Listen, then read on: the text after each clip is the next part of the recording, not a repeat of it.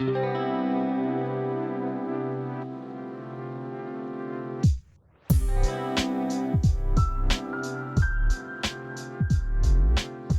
hello everyone, welcome. I'm Katie, this is the Fountain Pen Awakening, and I hope that wherever you are in the world you're doing super well. And I just set all my stuff up to film this video, and all the noises in the world have started to happen.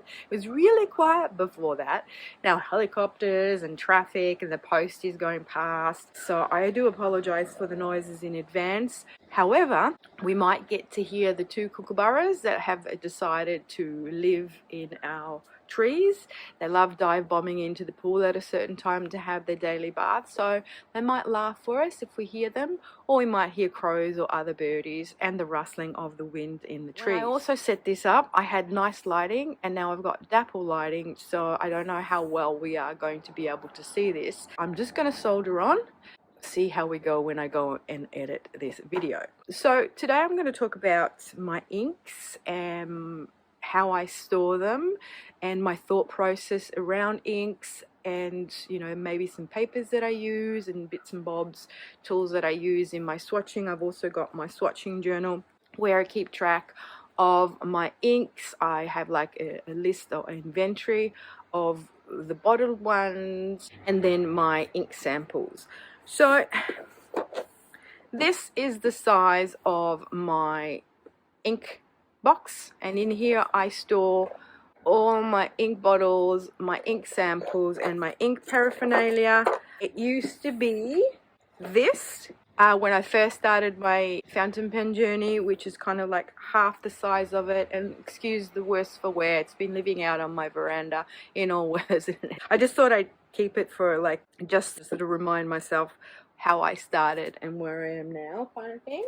So I bought this box, and in this box I do keep everything together. And yes, I have been very good with my inks. I got burnt with buying bottles early on in my fountain pen journey, and I bought bottles of ink thinking that I would like them, and then I didn't like them, and now I've got bottles of them, and a lot of them I don't use. So my process now is get ink samples, try the ink samples out, test them out, and see what ones I do like, what I don't like. If I like them and I want to rewrite with them, I'll buy another sample of them, or alternatively I will, if I really fall in love with an ink and it's like a forever ink, then I will buy the bottle. So that's kind of been my process, and also what I'm trying to do. I'm trying to be really good this year, and if you watch my previous videos, I will keep saying the same thing. This year is one of those years where I'm just trying to be really good with my purchases, and so it's a low buy for me for everything, because I have the assumption that if people watch my videos, they watch them in progression. I do talk about things that if you just watch one video, it doesn't make sense, and I'm sort of under the assumption that people do watch my videos like every time I post them, so they're across what I'm saying, from the previous video. But yeah, that's not the case, is it? People might watch one video and think, who's that crazy Australian lady and what is she talking about, and never watch a video of mine again. But for those of you who have followed along my journey, you probably have heard this a lot of times, me saying that this 2025 is a low ink buy, low pen buy, low everything buy. My policy over this is that I store all my samples in here and I try to use them up as much as possible, and then I kind of purchase more. I don't want to have heaps, and thus I try to keep my storage to a minimum so I don't overindulge in buying things. Okay, so that's where I keep my ink samples. I do have to keep some in here because when I did my ink vent in 2024, I had to find a place to store my little bottles, and these are like 12 ml bottles, and I've also got a few ink samples in here. So this was kind of like a perfect size for these, and this is like my Sailor Pro gear box. And then I do have in here just like a flip through of the colors to remind me, when I want to sort of see what the ink looks like. This is on Rhodia paper, so I just keep that in there all together very nicely. Okay, so in here I have all my ink bottles. I do have my swatching and inking paraphernalia. I have some Warringal swatch cards. I started with a Smile Cat, and now I've been obsessed with the ink drop. I thought that would be fun to get. Now these are made in Korea, so Warringal, maybe a lot of you people will be familiar with, you know, the inks, but they do all sorts of papers and cardboards and books too you can do swatching with. If you weren't aware, you're probably all aware of that. And then I do have like all my empty cartridges and my converters in here. I have a little bit of silicone grease. For those who buy TWSBIs will be familiar with, because one of these little things comes in every TWSBI box, which I'm very grateful for, because then I don't have to purchase it. And then I do have an inkwell, which I purchased without a base. I didn't realize they came without a base, and so this is a bit awkward to maneuver. There is a way of using it, and I can't remember now how it is, but anyway. So I have bought this little, this is a toothbrush holder, I believe, from Daiso, and you can pop that in there. The only problem having the windows here, it's really awkward to pour the ink in there, so I have to be really careful. This I use to put my little samples in, my ink vials in there to hold them when I'm inking up, but it's also very handy to do that too. So yeah, I've got all sorts in there. I've got that in there. I've got my little, is this called a bulb syringe? And this is to flush out your pens. I've got a pipette. These come with most Mahjong pens, especially the eyedropper one, so I've got several of those. This is my syringe, and then here I've got a few spare nibs. So these are my size 6 nibs that I got from Galen Leather. Obviously some are in pens, some I've switched out, like there might be the nib that was originally in the pen that I've put in here for storage. And then in here I've got some spare cartridges. You know how they give you cartridges with the pens. I sort of keep them or give them away. And then I got the carbon inking cartridges too to put in my Platinum Classier, just to use, you know, like for drawing and stuff, because that's, oops, waterproof.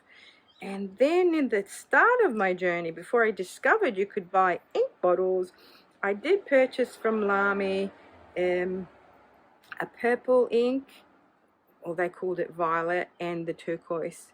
So I've sort of gifted some of those to people as well. So I've got those in there, and then in here, which is my little Kaweco Sport box, I've got my spare Lamy nibs, and I've got some smaller ink cartridges that I got. So that's Dublin Green, and that's like Australian Red.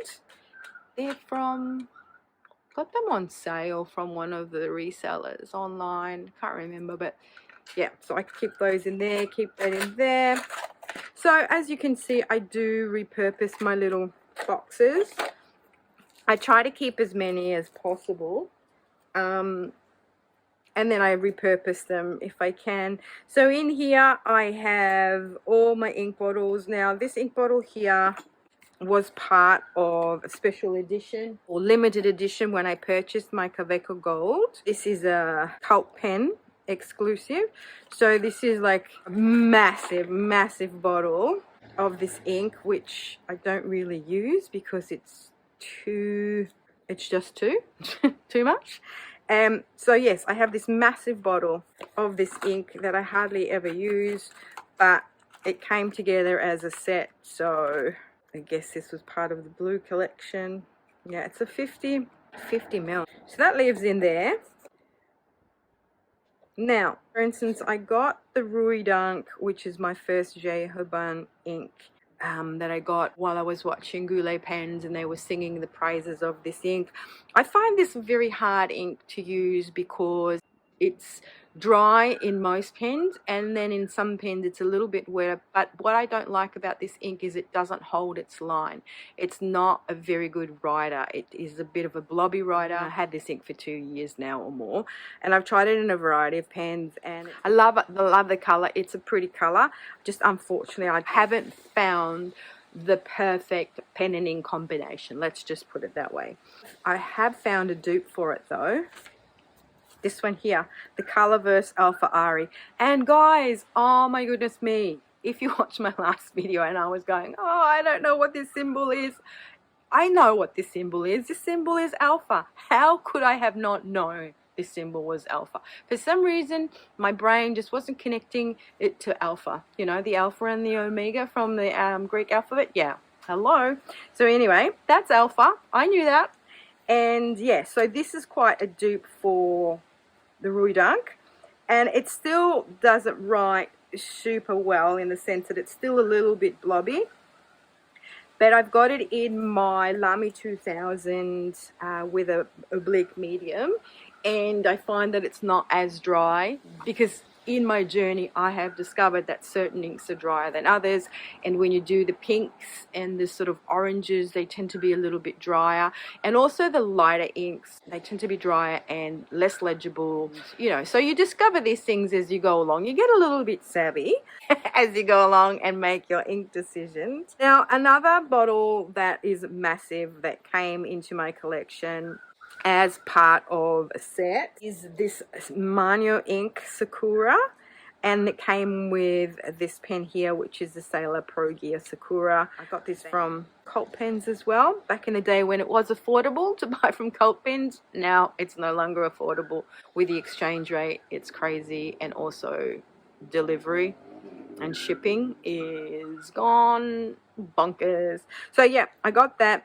This is one of those inks that I'm not overly fond of, unfortunately, but I'm making myself like it, and it's just a question of finding the right pen and ink combination. Now, another ink that I struggle to love, that I bought at the start of my journey, is the Uramekoseki. It's a Sailor ink. Again, I made a video about this ink if you want to go check it out. Again, it's one of those chroma shaders. I keep trying it in all pens, but it's actually the paper, to be honest. And because I journal on Tomoe River paper, it seems to perform well on some papers and the colors come through, and on other papers it just tends to be grey. And if you guys have been following me for a while, you might know that I'm not really partial to grey inks. Which brings me to one of my Van Diemen inks, which I bought thinking I'd love it. And this is the Federation's Peak from the Wilderness series. That's a grey ink that I bought because I wanted to match it to this pen. So this is I should say, I call it Narwhal now, but it's Narwhal. And this is the Skullkill, and it does have some greys through it. Then I didn't really like how the grey looked, unfortunately. So then I was on a mission to find the perfect grey green. And if you guys have been following and watching my videos, you knew that back in the day I was on a quest to find the perfect blue, green, grey green, whatever you want to call this color, teal perhaps, but I find that teal is more greeny, not grey. And that's how I got into my Sydney Darling Harbour, and at the end of the day why I ended up buying Verdigris. That's my second Herbine ink, because I think that this works really well in this pen. It's good, it's a good combo. So that's the reasoning behind that. Then I kind of had a bit of a love affair with my Van Diemen's. The first one I got was my Leatherwood Honey, and if you know and have been following along, you know I bang on about this ink no end. And I've nearly finished this bottle because this is one of those inks that I keep on inking up, and I've sent some samples to people. So it might be the first bottle that I ever purchased again. And then I've got a few others. So this is Van Diemen's Neptune's Necklace. I've got this green one, which is Huon Pine. I have a love and hate relationship with this green, but I have maybe found the perfect pen that can pairs well. And once I find the perfect ink and pen pairing, then I don't feel guilty about having the whole bottle, because I'll know that I'll slowly get through there. But that ink is kind of like a grass green ink, like that sort of lighter inks, which I don't like. I'm more partial to like a peridot green, which is a more of a tealy green. I find that Lamy inks are fantastic. They've got that right viscosity. They write really well in all different pens. I love the shading, so I did invest in Lamy Peridot, and this is the Azurite, so I've got those. And then one of my first ever ink purchases was a Krishna ink, which was Myrtle, but it's like a hot pink, sort of a fuchsia ready ink, and I got it because it was cheap and I wanted it, you know, I was enthusiastic about pens, and I thought, yeah, let me get a bright color. But it's a really good ink. Krishna inks are really good. It's one of those colors that I'm not really partial to. And then I made a mistake with this one too. This is Ancient Song. I did get a sample of Ancient Song. One was like an orangey sparkly one that I had in my Twisby aluminium, and I really loved that ink pairing. It wrote really well. And then I got another sample from them, which I wanted a bottle of, but they'd sold out. So I thought I'd go with this, but I thought it was a different color for some reason. And again, it's one of those reddy fuchsia with lots and lots of sparkle in there, like not a color that I'm loving. Let me see. I think I did an ink comparison in here. Yeah, here we go. That's the Krishna. That's the Phoenix. So this is this one, and this is the Diamine Winterberry that was part of the Diamine ink vent series. So as you can see, they're very similar, and it's a hot pink reddy color, which I don't really find myself wanting to write with, but I guess, you know, you could use it around Christmas time, or, you know, if you're doing some art or something like that. But the Krishna ink does have a golden kind of sheen to it, and then the other ones have got the shimmer in them. But yes, a really well behaved ink. But as you can see, they're very similar. That's got gold, and this has got like it looks like a pink or champagne shimmer. So those are those. And then, oh yeah, and talking about ink vent, spoiler alert, if you get the ink vent 24 edition, this was day 25, and I was super disappointed. And if you want to have a look at my journey of how I swatched my ink vent, I do have like a day by day one, and also I have my New Year one. I do talk about all the inks, what I had inked up, my thoughts and so forth and so on. If you want to go check that one out, that's my first video of 2025. And also what's in my stocking, that's just also about my new pens that I got or bought for myself for Christmas. And I know that people might not be attracted by the titles of my videos, but don't be discouraged. If you want to get to know me and you know, understand where I'm coming from, you know, all my videos have fun content, so, you know, don't dismiss them just because you might not be attracted by the title. Then another ink that I bought as part of a set was this one here. So this was the Pilot Explorer, and I think it was Pulp Addiction. They were having a sale, and they had like, you get the pen and this is a 30ml ink together. So I thought, well, indigo will go with the sort of color of the pen, so that's why I got that one. And then I fell in love with Kyono Auto and Kyo Iro inks. So the first one I fell in love with because I got samples of were both the Kyo Iro.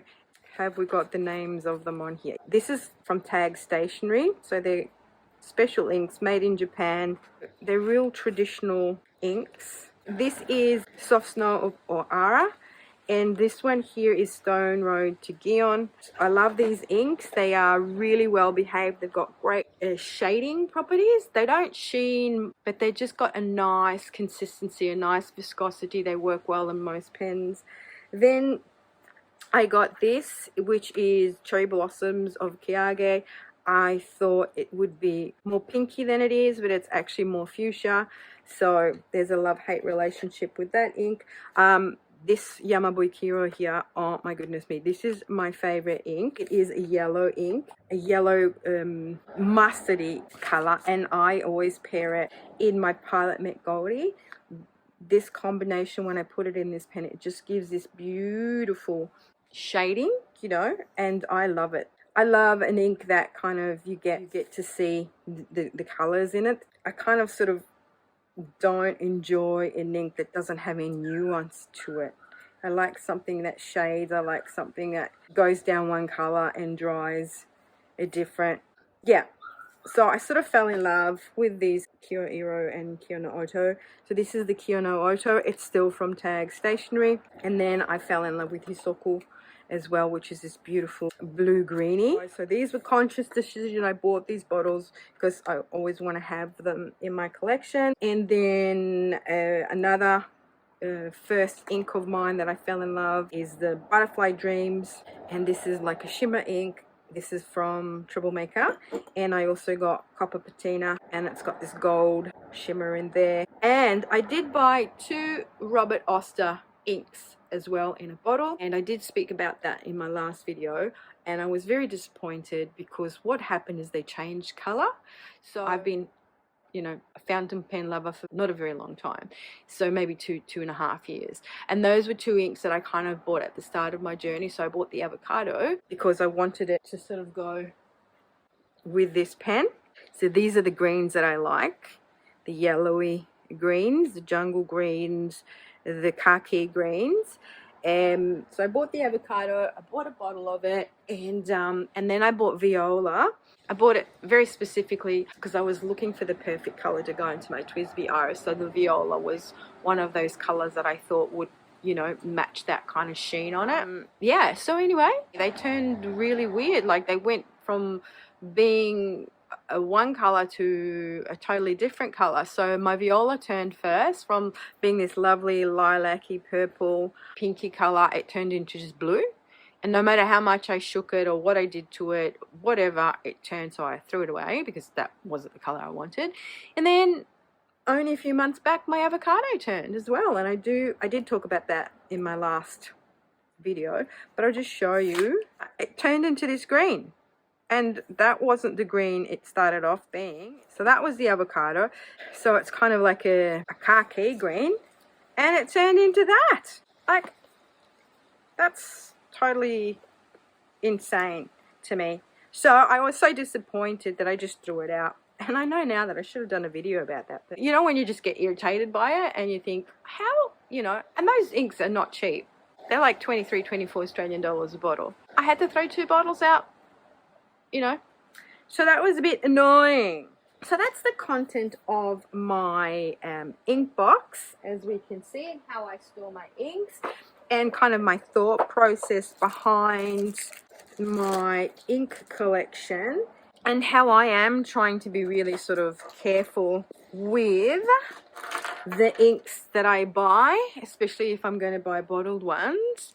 Now I just want to quickly show you. So in here I am keeping a record of all my swatches.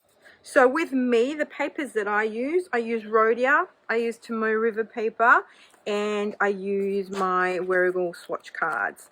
So when I do my ink swatchings, I tend to sort of use these 3 papers, and I'm not really quite savvy on how many other different papers are fountain pen friendly, because it's hard when I go look at them. They don't say it unless you are on a specific website where they do sell fountain pens, so they will specify fountain pen friendly paper. So the ones that I know for sure are the Rhodia, and I've kind of been able to test it. So I just find that obviously on the Rhodia paper the colors are a little bit darker, and I find it also, it absorbs the ink a little bit more, so it's a little bit drier.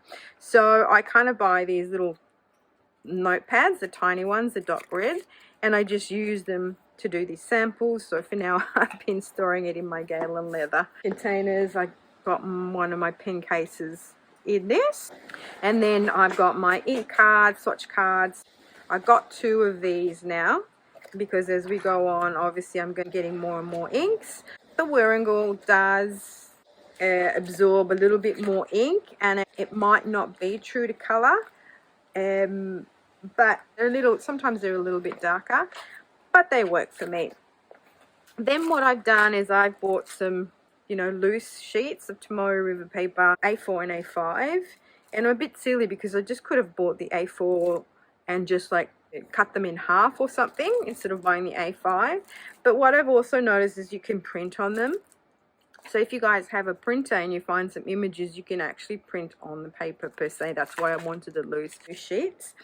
And yeah, and you can make them into little notepads, or you can make them into little notebooks as well. Instead of like going and spending $30–40 for a notebook, you can actually use the loose leaf and make it into a notepad and a notebook. So those I got a few years back. I've got a couple of packets of these. I've got a couple of packets of these. So I believe these will probably be the old Tomorrow River. So yeah, so those are the sort of papers that I normally use. So I do use my fountain pens in my journal. So I use a Hobonichi because I know it's got the fountain pen friendly paper in there. So I use that to journal. This is my ink book or ink journal, where I do keep a record of what bottles I have, and so I've kind of left a space, you know, for more bottles, but I don't have that many. And I also have less now because my avocado is gone. I started keeping a record of my top 5 inks, and then all these samples that I had. Some I don't have anymore because they've used up.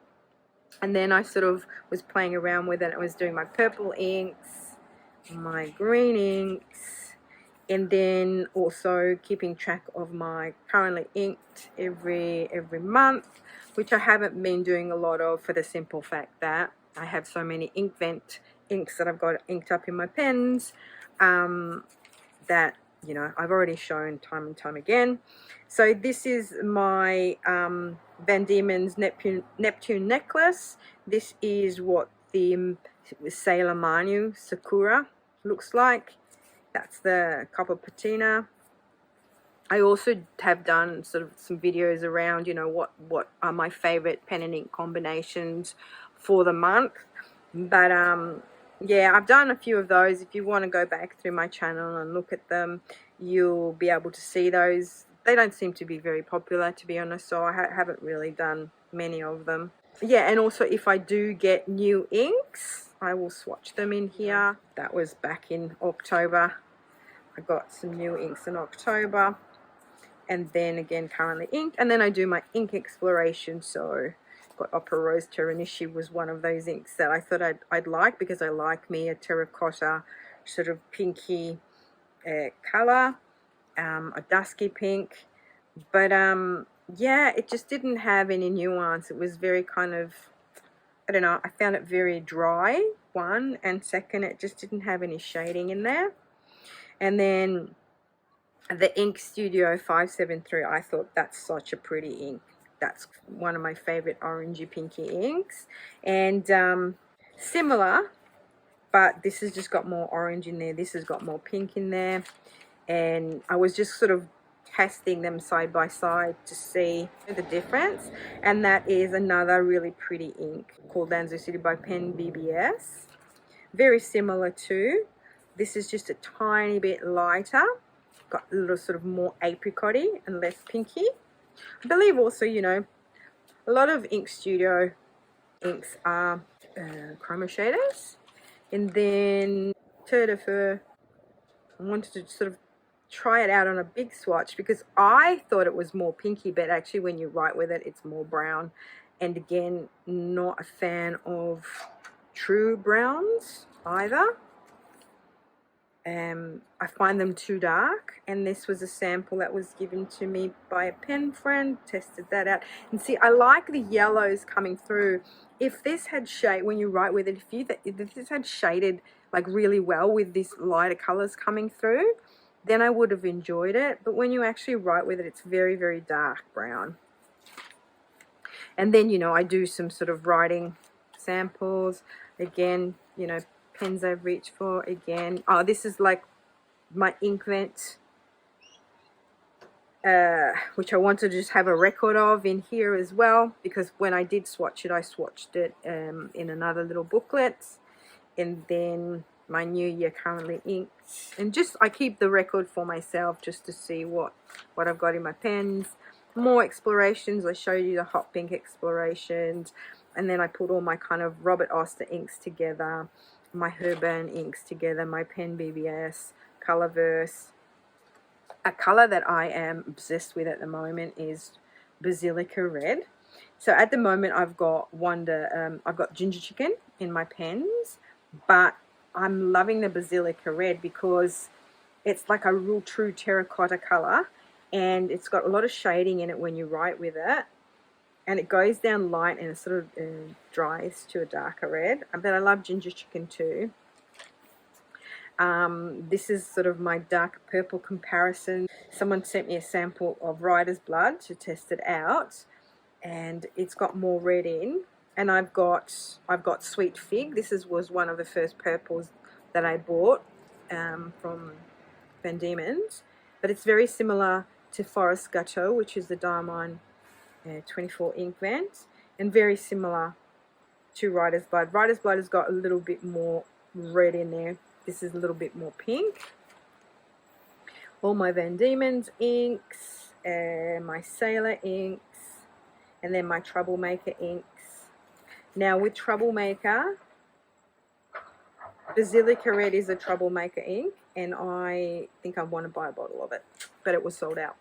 And then we've got Diamond inks, my Herbern Wood Ink, Verdigris, and then my Lamy inks, and then my Robert Oster ink, which, yeah, so when I tested this, it was the 18th, so it was the start of the year. And these are all my Kyono Auto Cure Aero inks, which I love. And as you can see, they don't have any sheen to them. They're kind of like a bit dull in the sense that they look dull on the page, but they've got some phenomenal shading. The Anoibi is very similar to the Diamond Indigo. The Cherry Blossom is similar to, I think, the Robert Oster Cherry Blossom. And as you can see, it's quite like a dark pink. Yamabui Kiro is my favorite. I love Kokeiro too. I'm writing with Kokeiro at the moment. I don't mind Adzukiro, but I've got similar inks. And this is the green that I don't like. I don't like these greens. And then the other day, what was I doing? Oh, I was just trying to use up these sample inks, and just to sort of see the difference between Anoibi and Diamond Indigo. And as you can see with the Diamond Indigo, you do get that sheen, whereas this doesn't have any sheen, but it has the shading. So they're very, very similar. Very similar. And then I just used up Robert Oster Wind. I think I called it Air in my last video, but I have Wind and Earth. And then just finish on what I've got currently inked. So yeah, that's how I keep track of my inks, how I play around with my inks, how I store my inks, my thought process behind my inks, how I swatch my inks, and you know, how I keep track of them and keep reference of them and have an inventory of past inks. I do have a lot of notebooks too that when I first started that I wrote in, so I won't bore you to death and show you those as well. And this is my other notebook where I write and use my inks and test them out and play around with them, you know. So they're both with the old Tomoe River paper. They're both notebooks I got from Hobonichi. This one I got a few years back. This one is the new one I got this year. It's just a normal plain everyday writer, and I've just zhuzhed it up a bit by giving it a little cover. And I've been using these Midori clear covers. They're super cheap. You can get A4 and A6s. So there you have it, Kate's ink storage system, and how she swatches and what papers she uses, and my thought process, the whole situation. And I mean, obviously, you know, with inks there is so many that, you know, I've narrowed it down to the kind of color families that I like, and now I will only kind of purchase inks in those color families, unless I see something that's super weird and super fun. I like a chroma shader too, yeah, but you could buy so many inks, and so that's why I prefer buying samples, because then I don't feel as bad and as guilty buying the samples as opposed to buying bottles that then, firstly, I don't have any room to store them, to be honest, and then I would never get through them in my whole lifetime. And because they got burned at the start, I got a couple of bottles that I didn't really like, and then, you know, those 2 Robert Oster ones that turned colour on me, you know, I'm a bit reticent now to buy more bottles of ink, especially Robert Oster ones. But anywho, thank you so much for hanging out with me for so long. This video is so long, and listen to me ramble and explain my thought process around my inks. I hope you enjoyed it, and if you did enjoy it, let me know down in the comment section below. Also, like that lovely lady, leave a comment and let me know if there's other content you would like me to go through. But just remember, I have so many videos, and most of those videos do cover most of these topics anyway, in some form or another. But until my next one, be good. Ciao,